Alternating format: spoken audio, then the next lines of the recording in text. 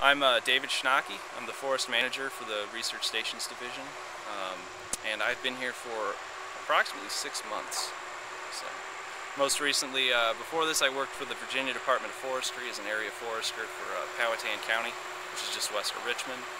And before that, I was a forestry student at Colorado State University.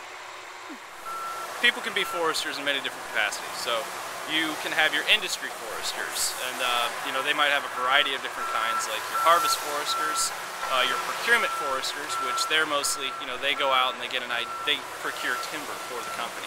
And the companies could be like a Weyerhaeuser, International Paper, Georgia Pacific, any of those, bigger companies like that, or some of the more local ones.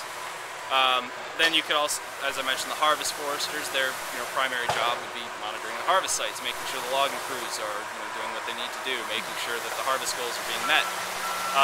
Then you've got your private foresters, your consulting foresters, and there's a lot of those here in the state, and they're all pretty active.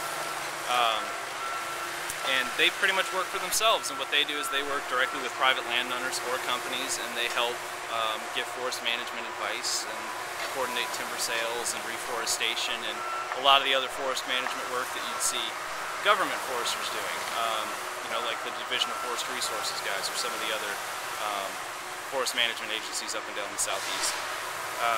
And what they primarily do is, they work directly with private, non-industrial forest landowners, which make up the bulk of North Carolina's forest landowner base, and provide forest management recommendations to accomplish a variety of different goals, be it wildlife management, timber production, aesthetics, water quality, things of that sort. Another group of foresters that oftentimes you don't necessarily see them out in the field. You've got your forest economists that they study the timber markets and get an idea of what type of products are going for what prices. And then some of the utility companies, they would have utility line foresters or right-of-way foresters, as they're sometimes called. And they're the guys that go out and they make recommendations on the management of the forests or vegetation underneath utility lines or on top of gas pipelines. So then also you can't forget about the urban foresters. A lot of people don't associate those two words together, but urban areas do have forest cover, and those, the street trees and the municipally owned trees, those absolutely need to be managed. So there are specially trained foresters out there who understand how to manage trees in the cityscape, essentially. They understand forest disease and things of that sort.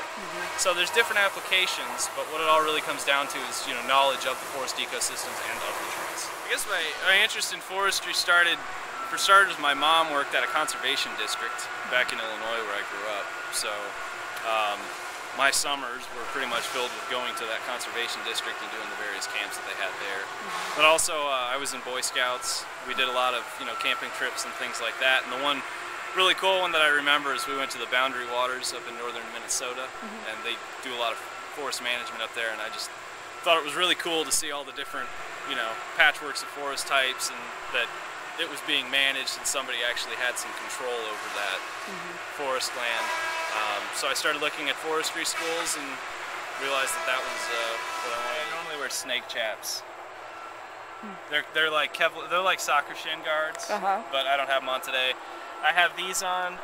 These are gaiters, and what they do is they kind of seal off around the bottom of my boot and around the top to keep ticks from crawling up. I don't want Lyme disease.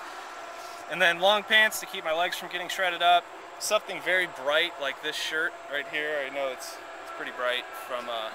We don't have hunters out here right now, but this place is pretty heavily used. And also for the equipment operator, he can see me from a good 200 yards away with this shirt on, and he's not going to drop a tree on me or anything like that. I normally try my hardest to stay at least 350 feet away from moving equipment.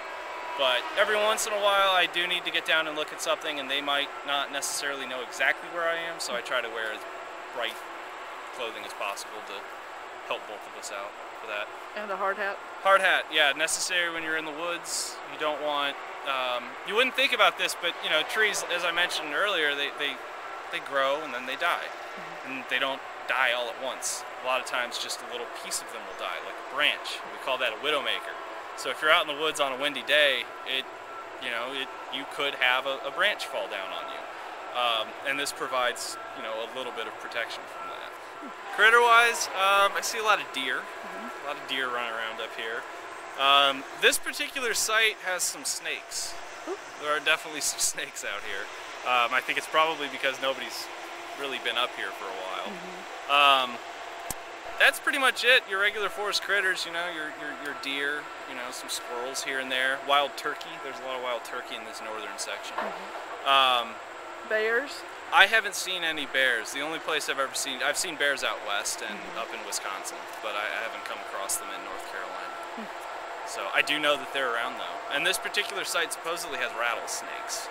There's one little isolated pocket here in Granville County where they still survive. And as long as you avoid walking over like rock piles and things like that,